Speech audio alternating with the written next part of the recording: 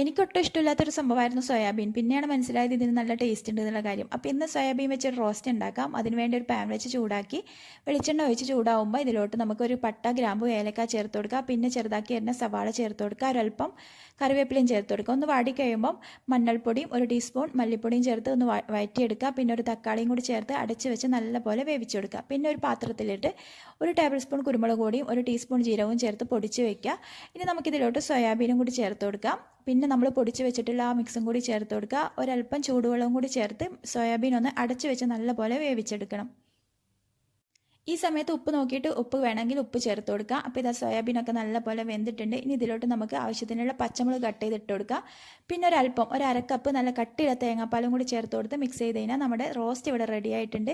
നിങ്ങൾക്ക് ഇതിലും തിക്നെസ് ആയിട്ട് വേണമെങ്കിൽ ഉണ്ടാക്കിയെടുക്കാം കേട്ടോ. നല്ല ടേസ്റ്റാണ്. ട്രൈ ചെയ്ത് നോക്കുക. ട്രൈ ചെയ്ത് നോക്കിയിട്ട് ഫീഡ്ബാക്ക് അറിയിക്കുക. വീഡിയോ ഇഷ്ടപ്പെട്ടാൽ ലൈക്ക് ചെയ്യുക, ഷെയർ ചെയ്യുക.